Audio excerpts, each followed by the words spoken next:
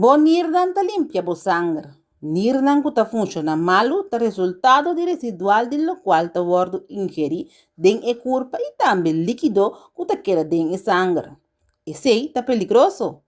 E sangue lo mejor limpiar de outra maneira.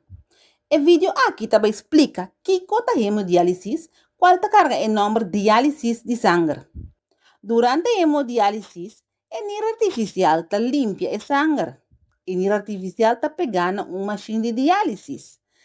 E sangue ta flui para a nira artificial e a nira artificial ta elimina tóxico, sushi e líquido fora de sangue.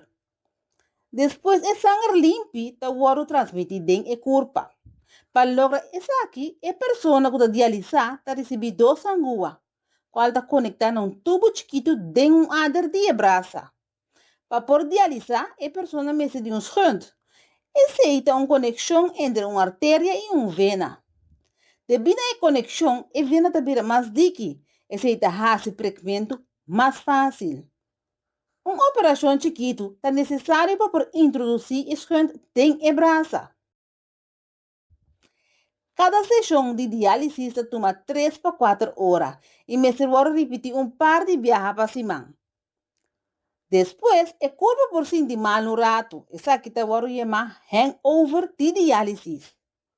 A nível artificial não funciona igual que um nível saudável, pois residual de sushi sempre te queda atrás, tem e sangue. Tá pensei, tá importante para seguir uma dieta. A dieta é de segurar menos produtos não saudáveis da hora transmitir bem e sangue e menos líquido tem e corpo para evitar voar.